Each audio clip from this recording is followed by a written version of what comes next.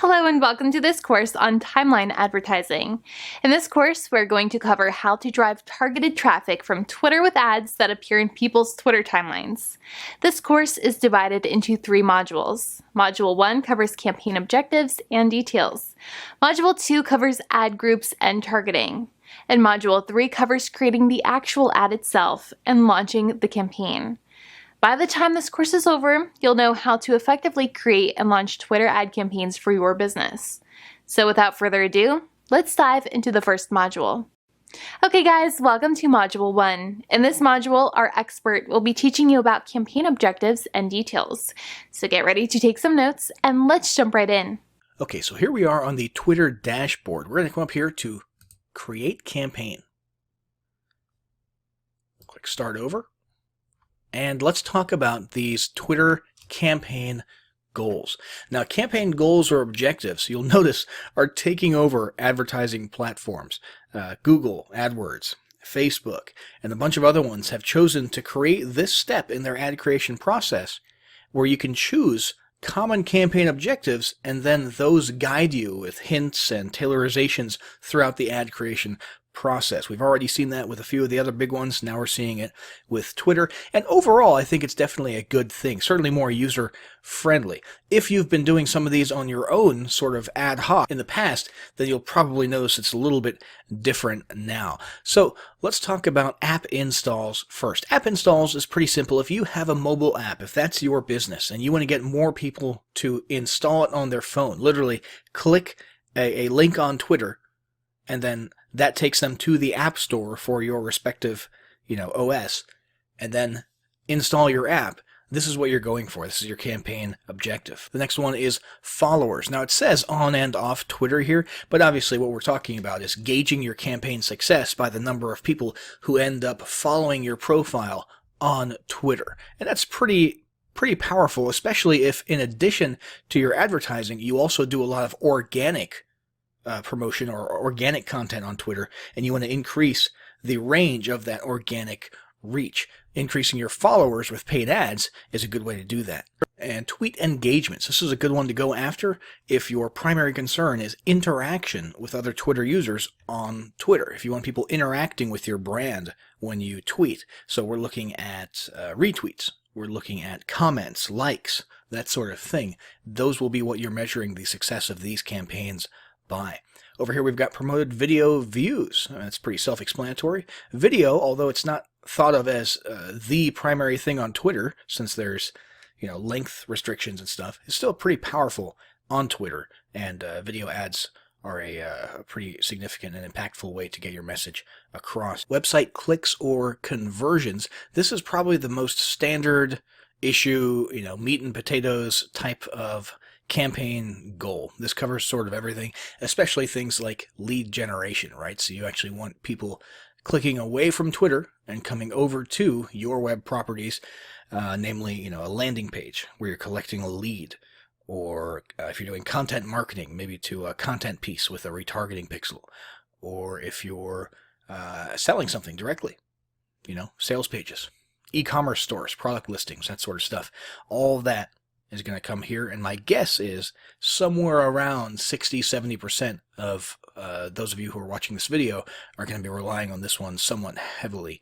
App re-engagements. So the app is already installed on their phone, and you want them to click on a Twitter ad that reminds them to log back in and use it.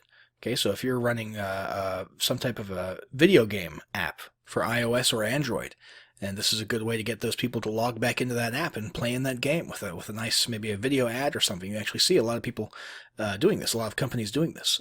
What's that one? Clash of Clans is doing that type of thing with ads all the time.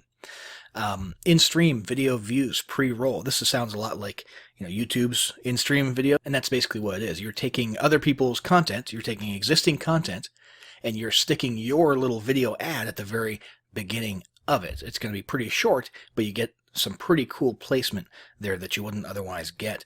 Awareness. This, you don't really care about the retweets. You don't really care about clicks to your website.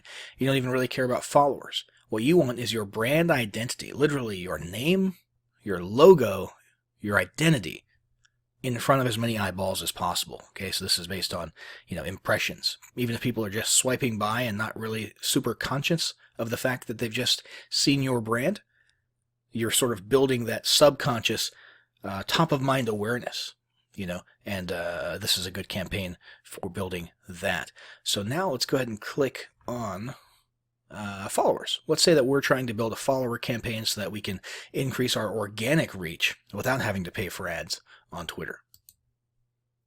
All right, and how it works, this is a little explanation of how things work. You're going to promote your account to build an engaged audience. You're only paying for the followers you gain. So it doesn't matter what type of engagement you get on this post. We could get, 100 retweets and likes and comments and all that good stuff, clicks to our website, pretty much anything. And we're not being billed for any of that. So that's all just extra, That's all just gratis. What we're paying for is just people who click and follow our profile on Twitter. So this is pretty sweet if that's your primary goal. And you've got all the basic stuff here. You've got your campaign name. You've got a start date. You've got an optional end date. So let's talk about some reasons you might have an end date. Let's say you've got a sales quota coming up. An end date might be useful. In fact, an end date in conjunction with accelerated delivery, which will spend your budget faster and try to get your ad in front of more eyeballs in a more frequent and quick way. Those two things could work together quite well. If you've got a live event coming up, an actual physical live event that's happening on a specific day, well, obviously, that's got to end at some point, preferably a few days before the event. So that would be a good time to utilize an end date for your campaign, as well as accelerated delivery. A product launch where you've literally just got a 7-day window. That would make sense to have a start and an end date, and maybe even an accelerated delivery, okay? But most people are probably just going to let ads run evergreen, most brands on Twitter, because it's a part of their actual, day-to-day life, their day-to-day advertising. Then we've got, daily budget. And then we've got total budget, which is optional. So if we want to spend, let's say, $25 per day, and sort of indefinitely, however, we want this particular campaign to run out after, let's say, $2,000, we can configure it in this manner.